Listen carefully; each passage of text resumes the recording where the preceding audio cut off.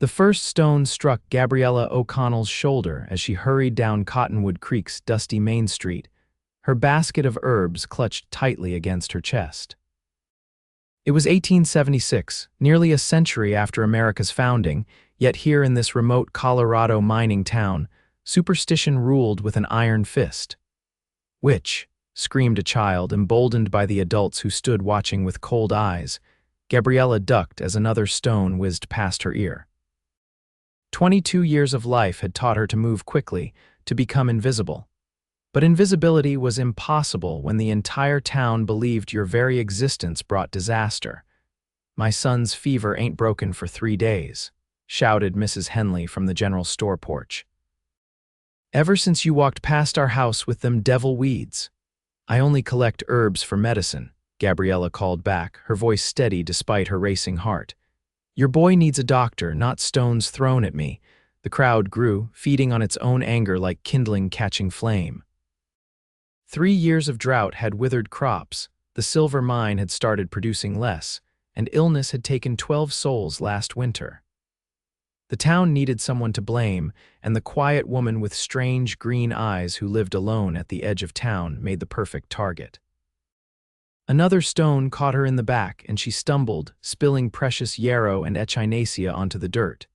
As she knelt to gather them, the shadow of Sheriff Donovan fell across her. "Miss O'Connell," he said, his voice carrying no warmth, "perhaps you'd best head home before this gets worse." "And who will stop them?" she asked, not looking up. "You." The sheriff's silence told her everything. She rose slowly, leaving half her herbs in the dust, and continued walking as the jeers followed her. The crowd kept pace, emboldened by the sheriff's tacit permission. Until a horse and rider appeared at the far end of the street, the massive black stallion moved with purpose, its rider tall and imposing in the saddle. Dust swirled around them as they approached, the crowd instinctively parting. "What's happening here?" The rider's voice cut through the noise like a knife through butter. He dismounted in one fluid motion, revealing a man who stood well over 6 feet, with shoulders broadened by years of hard work.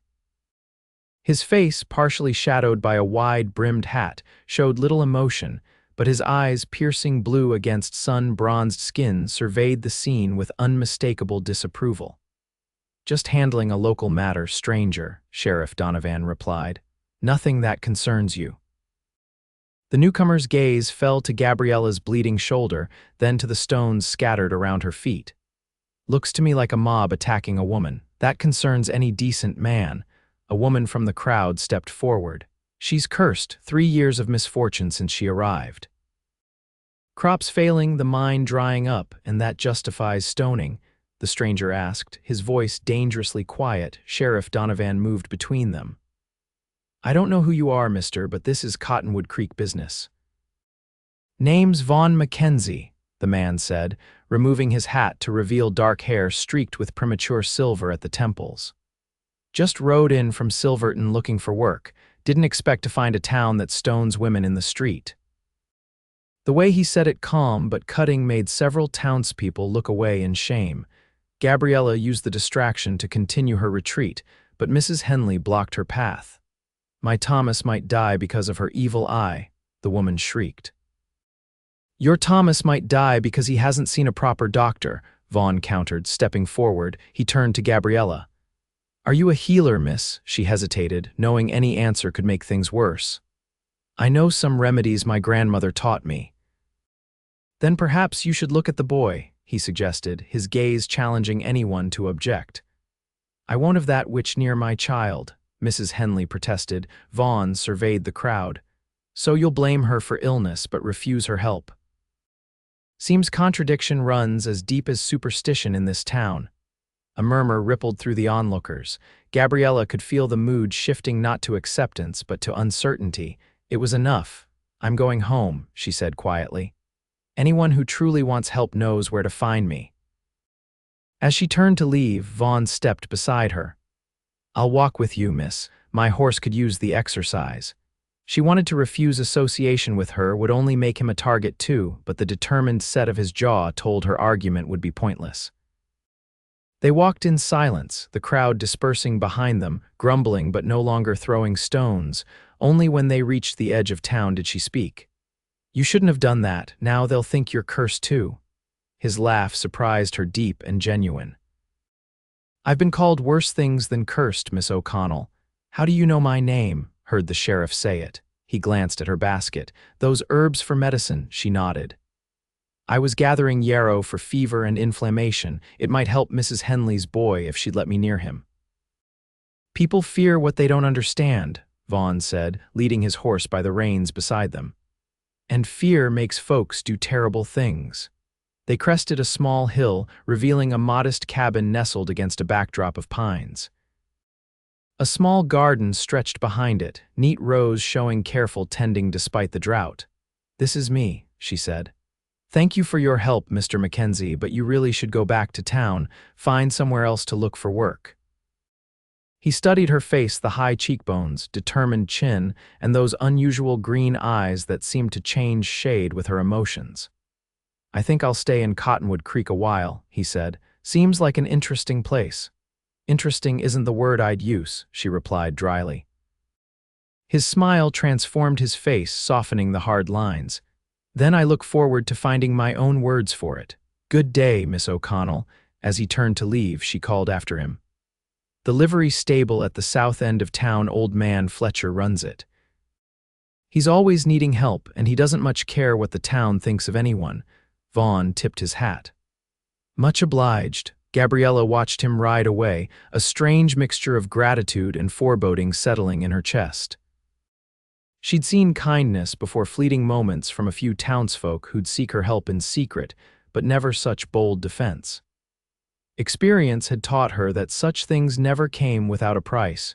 She entered her cabin, setting down the half-empty basket on her table. The familiar scent of dried herbs hanging from the rafters welcomed her home.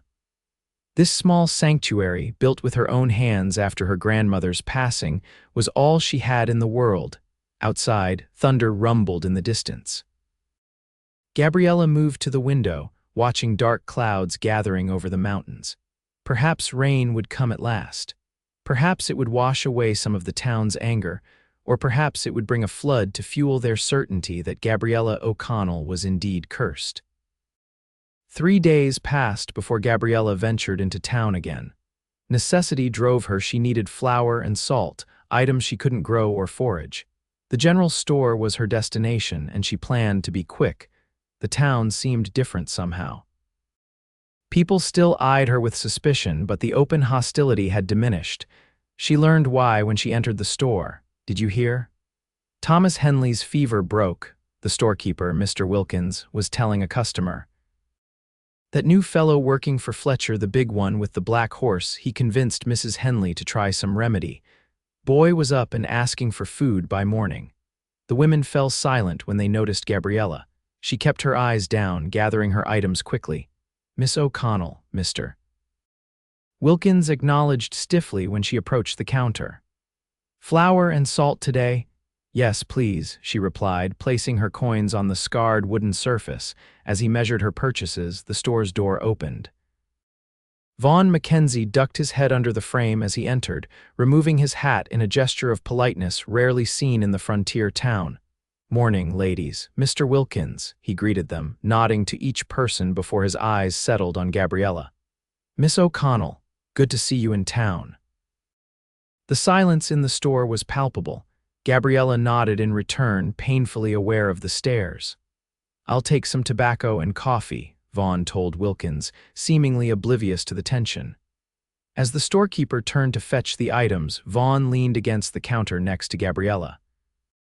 "That remedy worked well for the Henley boy," he said, his voice carrying just enough for others to hear. "Smart thinking with the yarrow tea." Gabriella's head snapped up. "You used my remedy," he smiled. "I may have mentioned I learned it from a healer woman I met in my travels." "Didn't specify which one." "Mrs. Henley would never have. She was desperate," he interrupted gently. "Amazing how desperation can overcome prejudice." Mr. Wilkins returned with Vaughn's purchases. "That'll be 70 cents, Mr. Mackenzie." As Vaughn paid, he casually added, "Fine rain we had yesterday, good for the crops." First decent rainfall in months, Wilkins agreed. Maybe our luck's turning. Gabriella gathered her flour and salt, hyper-aware that the women in the store were whispering about her, about Vaughn.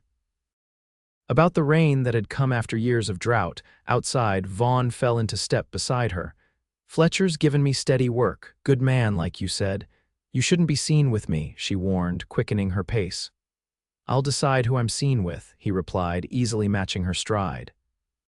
"Besides, I've been thinking about that garden of yours. Impressive given the drought. You must know something about growing things that others don't." She slowed, studying him. His face showed genuine interest, not mockery. "My grandmother taught me the soil needs more than just water. It needs care, attention to what grows well together. I'd like to learn if you're willing to teach." He shifted his purchases to his other arm. "I've been thinking of buying some land eventually. A man should know how to grow his own food." The request surprised her. No one had asked to learn from her before. They only came for quick cures or love potions, always in secret, always with shame. "Why are you doing this?" she asked abruptly. "Why help me? Why challenge the entire town?" His expression turned serious. "When I was 16, I watched a mob hang a man in Texas. He was innocent, everyone knew it deep down, but they needed someone to blame for cattle rustling. I was too young, too scared to speak up." He looked away toward the distant mountains. "I promised myself I'd never stand by again when I saw injustice." The simple honesty in his voice touched something in Gabriella that had been walled off for years. "Come by the cabin tomorrow afternoon," she said. "I'll show you how I prepare the soil for planting." His smile returned. "I'll bring coffee." As they parted ways at the edge of town, Gabriella felt eyes watching from windows and doorways. The town was talking, she knew. But for the first time in 3 years, she walked with her head held high. The following weeks brought gradual changes to Cottonwood Creek. The rain continued, not enough to flood, but steady showers that greened the parched land. The mine reported a new silver vein discovered in the western tunnel, and Thomas Henley not only recovered, but seemed stronger than before his illness. Gabriella noticed the shift first in small ways. A nod from the blacksmith as she passed. Mrs. Peterson asking quietly about a remedy for her arthritis, children who watched her curiously rather than with fear. Vaughn came to her cabin regularly, sometimes to learn about her garden, sometimes bringing game he'd hunted. They worked side by side, planting late summer vegetables, repairing her fence, talking about everything and nothing. She learned he'd been a soldier briefly during the final days of the war, though he'd seen little combat at 17. He'd worked cattle drives in Texas, tried his hand at prospecting in California, and served as a scout for the Army in Apache territory. His life had been one of constant movement, never staying in one place long enough to put down roots. "Why Cottonwood Creek?" she asked one evening as they sat on her porch, watching fireflies rise from the meadow grass. Of all places to stop. He considered the question, sipping the tea she'd brewed. Wasn't planning to, was heading to Denver, but something about this valley. He gestured to the surrounding mountains, purple in the fading light. Felt right somehow, she understood. Despite everything, she'd felt the same about this place when she first arrived with her ailing grandmother. The land itself had welcomed them, even if the people hadn't. "Your turn," he said. "How did you end up here alone?" Gabriella rarely spoke of her past, but Vaughn's steady presence had gradually worn down her defenses. "My parents died of cholera when I was 8. Grandmother raised me, taught me her ways with plants and healing. We traveled a lot, never welcome anywhere for long once people realized what she was." "A healer," Vaughn supplied. "A witch, they called her." Gabriella's smile was sad. "Like me, we came here because she was dying and wanted mountains around her at the end. After she passed, I stayed, built this cabin, thought maybe I could make a place for myself. And then the drought came." She nodded. Perfect timing, new strange woman in town, crops failing, easy connection to make. Vaughn was quiet for a moment. People need simple answers. Drought must be witchcraft, not poor farming practices or natural cycles, mine producing less. Couldn't possibly be that they've exhausted the easy veins. And now that things are improving, they'll find another explanation just as convenient, she said, more bitterness in her voice than she intended. He turned to face her, his expression earnest in the deepening twilight. Let them think what they want. Truth has a way of revealing itself eventually. Truth, she echoed. You want to know the real reason they fear me, Vaughn, because I'm different, because I choose to live alone rather than marry the first man who offers, because I know things they don't understand. She stood abruptly, and because deep down they know I see through their hypocrisy, coming to me in secret for help, then condemning me in public. He rose too, standing close enough that she could feel the warmth radiating from him. I see you too, Gabriella. I see your strength, your knowledge, your compassion even for those who have wronged you. His voice softened. And I've never met anyone more blessed with gifts worth sharing. The word blessed hung between them, a direct contradiction to everything the town had labeled her. For a moment, neither moved. Then, with gentle deliberation, Vaughn reached out to brush a strand of hair from her face, his fingers lingering against her cheek. It's getting late, she whispered, not pulling away. It is, he agreed, but made no move to leave.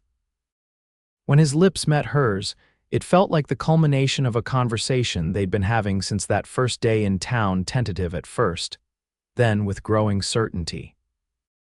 His arms encircled her, strong and protective, and Gabriella allowed herself to lean into him, to accept the comfort and desire he offered. When they finally parted, stars had emerged overhead. I should go, he said reluctantly. She nodded, though everything in her wanted him to stay. Tomorrow. His smile was visible even in the darkness. Tomorrow. As summer yielded to autumn, Gabriella found herself in an unfamiliar position, cautiously accepted, if not embraced, by the town. The change came gradually. Sheriff Donovan tipping his hat to her in greeting, an invitation to help when Mrs. Peterson gave birth to a difficult breech baby, children asking about the plants she gathered rather than throwing stones. Much of this transformation she attributed to Vaughn's steady presence. He'd become respected in town, reliable, hardworking, fair in his dealings. His open association with her forced others to reconsider their assumptions, but challenges remained. Reverend Phillips still preached thinly veiled sermons about ungodly practices and women who defied natural order. Several families still crossed the street to avoid her. And Abigail Henley, despite her son's recovery, maintained that Gabriella had caused the illness in the first place. You can't change everyone's mind, Vaughn told her one crisp October afternoon as they harvested the last of her garden's bounty. Some people need their beliefs too badly to let go. I know, she sighed, placing carrots in her basket. I've made my peace with it, or I'm trying to. He studied her face, now familiar in all its expressions. But I wonder sometimes what it would be like to truly belong somewhere. She met his eyes, to not be merely tolerated. Vaughn set down his basket and took her hands in his. I've been thinking about that. His usually confident demeanor seemed suddenly uncertain. I put a down payment on the Wilson property yesterday. Gabriella's heart skipped. The Wilson place was a beautiful piece of land, good water, fertile soil, a sturdy cabin that needed some work but had potential. You're staying in Cottonwood Creek, depends, he said, still holding her hands. I've wandered most of my life, Gabriella, never found a reason to stop until now. He took a deep breath. I'm asking if you'll share it with me, as my wife. The world seemed to still around them, the rustling leaves, the distant creek, even her own breathing suspended in this moment. People would talk, she whispered. People always talk, he countered. Question is, do we care more about their words than our own happiness? She searched his face, this man who had defended her without knowing her, who had taken time to understand her when others wouldn't bother. I've never thought marriage was possible for me. I'm not offering just marriage, he said earnestly. I'm offering partnership, your knowledge, my strength, your garden, my fields, your healing, my protection. His thumb traced circles on her palm. I love you, Gabriella O'Connell, not despite who you are, but because of it. Tears blurred her vision. When would we do this? His smile broke through like sunshine. Is that a yes? She laughed, the sound startling a nearby blue jay into flight. Yes, it's a yes. He pulled her close, kissing her with such tenderness that her tears flowed freely. When they parted, he touched his forehead to hers. "Winter's coming, let's not wait. Month's end gives me time to fix up the cabin proper." "Month's end," she agreed, joy rising in her chest like bubbles in a spring. News of their engagement spread through Cottonwood Creek like wildfire. Reactions were mixed. Some offered genuine congratulations. Others whispered concerns that Vaughn had been bewitched. But neither Gabriella nor Vaughn paid much attention to the gossip as they prepared for their future. The Wilson property transformed under Vaughn's skilled hands, roof repaired, windows reglazed, fresh paint on the weathered clapboards. Gabriella started a new garden plot, planning for spring planting while transferring some of her medicinal herbs from her old cabin. 3 days before the wedding, disaster struck. Gabriella was alone at the Wilson place measuring for curtains when she heard galloping hooves. Sheriff Donovan dismounted before his horse fully stopped. "Miss O'Connell," he called, his face grim, "you're needed in town now. What's happened?" Cold fear gripped her. Mackenzie's been shot. The world tilted beneath her feet. How bad? Bad enough. He was breaking up a fight at the saloon when one of the miners pulled a gun. Doc's with him, but the sheriff trailed off. "He's asking for you." The ride to town was a blur. Gabriella prayed to every power she knew, Christian God, her grandmother's spirits, the earth itself begging for Vaughn's life. The doctor's office was crowded with onlookers. They parted silently as Gabriella rushed through, her skirts covered in dust from the ride. Vaughn lay on the examination table, his normally tan face ashen, a blood-soaked bandage covering his left shoulder. His eyes, glazed with pain, focused when she entered. "There she is," he whispered, attempting a smile that turned into a grimace. Dr. Simmons looked up from washing his hands.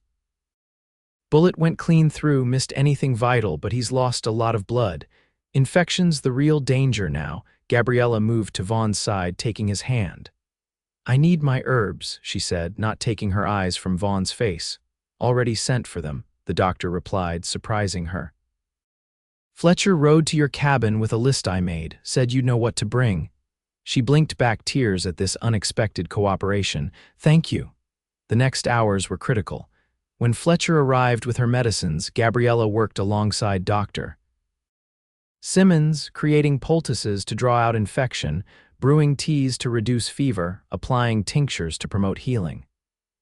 The doctor watched her work with professional curiosity, asking questions about proportions and applications. Night fell and still she stayed, bathing Vaughn's forehead when fever came, speaking softly to him during moments of delirium. The townswomen brought food she couldn't eat, offers of help she gently declined. Even Reverend Phillips stopped by, awkwardly offering prayers before retreating. Dawn was breaking when Vaughn's fever finally broke. Dr. Simmons checked his pulse, nodding with satisfaction. "He'll make it. That poultice of yours pulled the infection right out." Gabriella sagged with relief, exhaustion hitting her all at once. She'd been awake for nearly 30 hours. "You should rest," the doctor told her. "I'll watch him." She shook her head stubbornly. "I'll stay." It was mid-morning when Vaughn fully regained consciousness. His eyes found Gabriella immediately, her head resting on the edge of his bed where she'd finally succumbed to sleep. His movement woke her. "You look terrible," he murmured, his voice weak but clear. She laughed through sudden tears. "You're one to talk." His fingers squeezed hers. "Wedding might need postponing." "Only until you can stand without falling over," she replied. "I'm not waiting any longer than that." A week later, Vaughn stood without assistance for the first time. 2 weeks after that, they were married in a small ceremony at their new home. The guest list surprised Gabriella, not just Fletcher and Dr. Simmons, who had become allies, but nearly half the town came, bearing food and small gifts. Sheriff Donovan presented them with a handcrafted rocking chair. "Figure you might need it someday," he said gruffly, "for when little ones come along." Mrs. Peterson brought a quilt she'd been secretly making since the engagement announcement. "Every new home needs warmth," she said, embracing Gabriella. Even Thomas Henley appeared, shyly offering a wooden carving of a herb bundle he'd made himself. His mother stood at a distance, not participating but not interfering either progress of a sort. As the autumn sun set over their celebration, Vaughn pulled Gabriella aside. Look at them, he said, nodding toward their guests mingling in the yard. Not just tolerating you now, accepting you.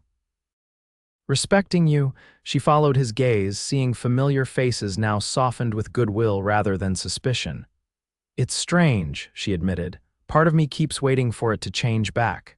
It won't, he said confidently. You've shown them who you really are, not cursed, but blessed with gifts that help others.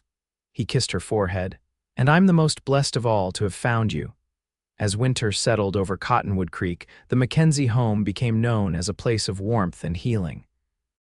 Gabriella's reputation transformed from witch to wise woman, her knowledge sought rather than feared. Vaughn's steady presence beside her reinforced that transformation, the respected rancher who had seen her worth when others couldn't. Spring brought new beginnings, tender shoots in their expanded garden, calves in their small but growing herd, and the first fluttering movements of life within Gabriella herself, a secret she shared with Vaughn one star-filled night. A baby, he whispered in wonder, his hand gentle on her still flat abdomen. Our child. Our blessing, she corrected, remembering how he had called her blessed that first day when stones had flown and hatred had ruled. As summer approached again, bringing the anniversary of their first meeting, Gabriella often thought about how drastically life could change in a year's time. From outcast to healer, from cursed to blessed, from alone to beloved. The transformation wasn't complete. Some still viewed her with suspicion, human nature being what it was. But in Vaughn's arms each night, with their child growing within her and their home flourishing around them, Gabriella finally understood what it meant to truly belong. Not to a place, but to a heart that saw her clearly and called her blessed.